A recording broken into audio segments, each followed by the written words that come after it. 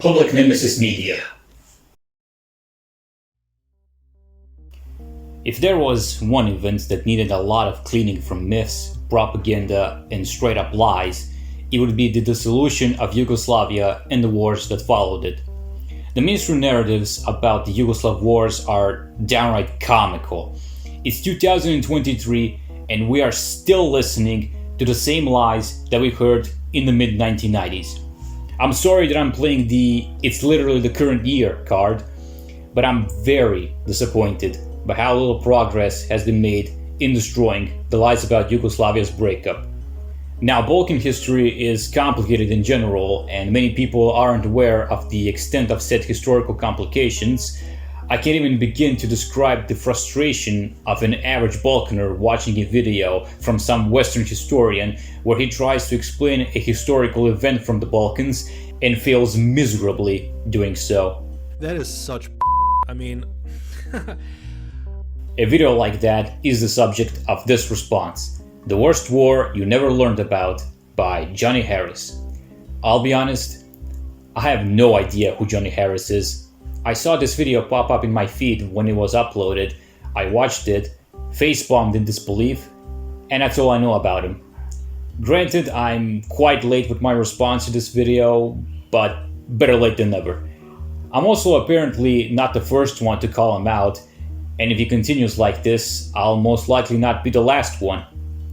I have to respond to this video because it's hilariously bad. The fact that it got millions of views in such a short period of time and nobody even bothered to correct him on anything kills me on the inside. Now, I'm sure Harris didn't have bad intentions when he made that video. Please do not harass him or anyone else involved in making of that video. But that doesn't change the fact that he said so many lies. The same lies created by Western media 30 years ago. In this response, you'll hear what those lies are. So the video begins with Johnny Harris talking about the death of communism in Eastern Europe and how after that death, Yugoslav states started to declare their independence. Not the most painful to watch introduction, I'll give him that much. However, when he starts to talk about the situation in Bosnia, the main subject of his video, he made a terrible first impression. Region declares itself an independent state from Bosnia. It wasn't recognized internationally. While some Croat leaders want to secede from the country entirely, they first agreed to cooperate with the government of Bosnia and Herzegovina, acting like a state within a state. What he's actually talking about is the Croatian community of Herceg-Bosna, formed on November 18, 1991. The Republic of Herceg-Bosna was created on August 28, 1993. Aside from getting basic things wrong, another big problem with his video I have is how at times it can be very vague.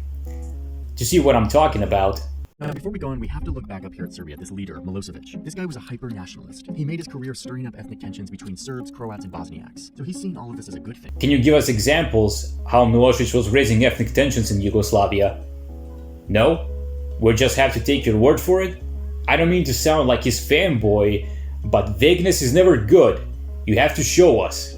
I know that the thesis of Slobodan Milosevic being a hyper-nationalist wasn't something you created. You heard it or read it somewhere. But not giving examples shows that you only scratched the surface of Yugoslav Wars history. Because of that, how are we supposed to think that you haven't been lied to about Milosevic being a hyper-nationalist? Maybe you have been lied. Why am I bringing this up? Because the next thing you said about Milosevic, I know 100% is a lie. As an opportunity to further his vision of creating a new greater Serbian nation across the former Yugoslavia. This is probably the biggest myth of Yugoslav Wars. Slobodan Milosevic wanted a greater Serbia. That is untrue. All of his speeches were recorded, and not once has he advocated for a greater Serbia. His political party, Socialist Party of Serbia, also never advocated for such state. He wanted to keep Yugoslavia together, not create a greater Serbia. Zamislite koja logička karikatura koju je malo čas izneo gospodin Najs. On na jednoj strani priznaje ono što ja tvrdim, da se ta teza svi Srbi u jednoj državi ostvaruje u Jugoslaviji i da smo zato se zalagali za očuvanje Jugoslavije, jer je to postojeća država u kojoj svi Srbi žive u jednoj državi. A onda posle toga kaže, a on je na 3 različita mesta, misleći na ove 3 njegove navodne optužnice, Kosovo, Hrvatska i Bosna, na različite načine to hteo da ostvari. Pa ta 3 mesta su 3 separatistička pokreta koja rasturaju Jugoslaviju. Ako vam to nije do sad jasno, onda vam ništa nije jasno. Prema tome, valjda nisam ja organizovao 3 separatistička pokreta u Hrvatskoj, Bosni i Kosovu da bi ostvarivao da se stvori Jugoslavija u kojoj svi Srbi žive u jednoj državi, a Jugoslavija postoji 70 godina. Da li ima ikakve logike? Ja zaista se pitam, ovo vređa elementarnu inteligenciju prosječnog čoveka. So now you're asking, if he never wanted such country, then what exactly is this thing? Greater Serbia is a part of an ideology advocated by Vojislav Šešelj, the leader of the Serbian Chetnik movement, which later became the Serbian Radical Party. Šešelj was the actual hypernationalist, and he laid his vision for a Greater Serbia in a magazine of the same name, in its very first issue released in July 1990. In that same issue, he opposed Milosevic strongly, accusing him of being a new Tito, and to him, Tito was the all-time worst enemy of the Serbs. So an ideology of a man very opposed to Milosevic is wrongly presented as Milosevic's ideology, and with that as the official ideology of Serbia. Unfortunately, to this very day, this lie, invented and force-fed by the Western media, is still taught to people. It was a lie invented in battle against Yugoslavia, where keeping that existing country together was presented as Serbian expansionism. Best part of it all, Vojislav Šešelj never denied any of this. Ako su želeli dobro svom narodu, jedni i drugi i treći, ne bi nikad izlazili iz Jugoslavije. Ne bi bilo rata, ne bi bilo 100.000 mrtvih, ne bi bilo razaranja, ne bi bilo ovolike mržnje. Je li tako? Upravo zbog te ideje Velike Srbije. A što su morali? Što su morali? Ta ideja Velike Srbije je bila prisutna samo u ideologiji Srpske radikalne stranke. Nigde više. A te 92. godine, kad su muslimani krenuli u pravcu, muslimansko rukovodstvo, kad su krenuli u pravcu odcepljenja Bosne i Hercegovine od Jugoslavije, Srpska radikalna stranka imala samo jednog poslanika u Narodnoj skupštini Republike Srbije, a nijednog u Saveznoj skupštini. Imala je mene u Republičkoj skupštini. Prema tome, dovoljno. Sad vi meni dajete kompliment da sam ja zaista toliko važan. Ja to vama mogu i poverovati. Ali kad objektivno gledamo, ta ideologija je bila vrlo malo prisutna na srpskoj političkoj sceni. After that, Harris continues with the typical Western Serbs bad narrative, and then he jumps to the beginning of the fight between Croats and Bosniaks. If you watch his video, you'd think they just started to fight for no reason at all, but out of the blue, without any tensions between them that preceded their fight. Do you now see what I meant by the video is too vague at times?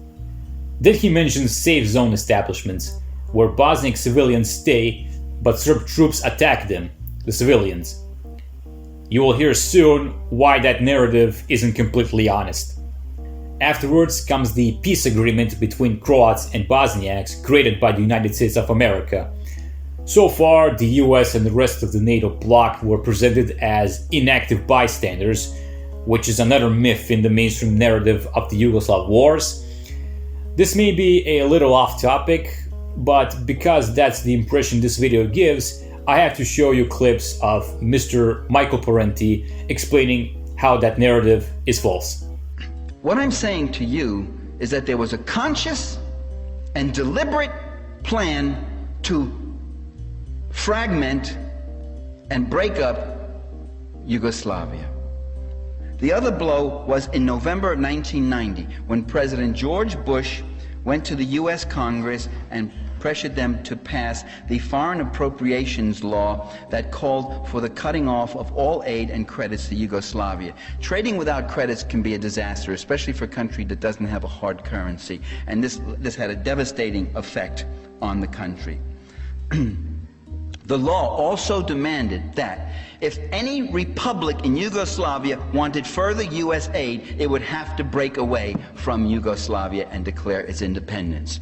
Okay? It's not a conspiracy theory. It's not my speculation. It's not my analysis. It's a public law. It's a public law. November 1990, the 1991 Foreign Appropriations Act. It's written right there. Go look at it. It required the U.S. State Department approval of election procedures and results in every one of the republics. It required that the republics do not hold national elections, but hold elections only in their own republics, and that the aid would go to individually to those republics. And when the aid did go, it went to those groups which the U.S. defined as democratic groups, which meant small right-wing ultra-nationalists and even fascistic parties. The ultimate goal was to break up Yugoslavia into a weak and helpless cluster of right-wing banana republics, privatized, deindustrialized. So then Johnny Harris talks about how Bosnian Serbs rejected a UN peace deal in 1994 without even bothering to explain why, and how Milosevic cut ties with Bosnian Serbs after the rejection without even mentioning the many disagreements and tension between him and Radovan Karadzic. What's that? You don't know who Radovan Karadzic is, as Johnny Harris didn't mention him once? Why, he was the leader of Bosnian Serbs and the president of Republika Srpska. The fact that one of the main characters of the story, alongside other main characters, wasn't mentioned at all is enough to tell you just how poor of a job was done with making that video. But hey, it got millions of views, and nobody until now questioned its quality, so it's all good. The vagueness problem is also shown when he failed to mention a peace agreement from 1993 that temporarily brought peace but was broken by Bosniak leaders. I'm not bringing this agreement as a whataboutism, I just want to show you how unfair it is to present the Serbs as the only group of people that rejected the peace. Maybe that wasn't what Johnny Harris wanted, but the way his video presented that issue made it look very one-sided. I'm actually surprised that the video mentions... But it's not just the Serbs. Bosniaks and Croats have also devolved into committing terrible, violent human rights abuses against civilians. It's just a couple of sentences, but I'm glad it's not fully biased. Now it's time for the moment you all have been waiting for. Talking about Srebrenica. Before someone starts making strawman arguments that I'm justifying the massacre that happened there, I have to say this now loud and clear. There's no justification for what happened there in July of 1995. It was horrific, no doubt about it. I just want to explain something connected with the claim that no one there was armed aside from UN troops. So there's another myth about the Yugoslav Wars. UN took all the weapons from Srebrenica and made it a demilitarized zone. The UN had taken away their weapons. They were totally unarmed. The UN had taken away their weapons. They were totally unarmed. The UN had taken away their weapons. They were totally unarmed. That's simply not true. But how, you asked? There was an agreement to take all the weapons from there. Yes, but they haven't fulfilled it. The crimes against Serb civilians living in places around Srebrenica were done by Bosniak troops before and after the agreement to turn Srebrenica into a safe zone. Therefore, Srebrenica was a base from which Bosniak soldiers attacked Serbs. Don't believe me? Allow me to show you a British document made shortly after the massacre. It explicitly says that the Serb attack on Srebrenica was prompted by constant Bosniak attacks over the previous 3 months on the Serb military. Here's $1 million question. How did Bosniak soldiers attack Serb soldiers if the UN took all the weapons? There's actually much more when it comes to the Srebrenica massacre, but that's a whole other topic, and I just wanted to address only what was said in Harris's video. Major Huso Sajlović from Srebrenica retired from the army in 2008. Ono što je sigurno da u Srebrenici nije bilo predato naoružanje od strane armije BiH. Predato je jedno 15 do 20% onog najnekvalitetnijeg naoružanja, lovačke puške, pokvareni mitraljezi i tako dalje. Finally, NATO gets involved, Dayton Agreement was signed, and the war finally ended. Afterwards, Slobodan Milosevic goes on trial in the Hague Tribunal, where he died in 2006. To this very day, he wasn't convicted of crimes against humanity. He wasn't. If you think it's because he died during his trial, just remember that Franjo Tudjman was convicted of crimes against humanity in a trial against Bosnian Croats in 2017, even though he died in 1999. Who's Tudjman? Why, he's the first president of Croatia, and he led to Croatia's independence in 1991. Another main character nowhere mentioned in the worst war you never learned about. Why am I bringing this up? It's not because I want to prove that Milosevic was innocent, but to show you how people politicize and abuse the convictions made by the Hague. So many adore to play the court card when it comes to Srebrenica. The court concluded it was a genocide, and now you must call it that. That's the whole argument. That wouldn't be much of a problem if they were consistent. Why do they call the entire war a genocide if the court only declared the 1995 Srebrenica massacre a genocide? Why do they blame Milosevic if he to this day wasn't convicted? They love using the court said so argument, but they only point out what they like and ignore or even deny what they don't like. Look, I'm not entirely blaming Johnny Harris for the lies he said. Many people aren't aware how much it had been lied about Yugoslavia, and there are forces that try to hide the truth from you. But the truth must be seen by the whole world, and that's why I made this response. Thank you for your time. Goodbye.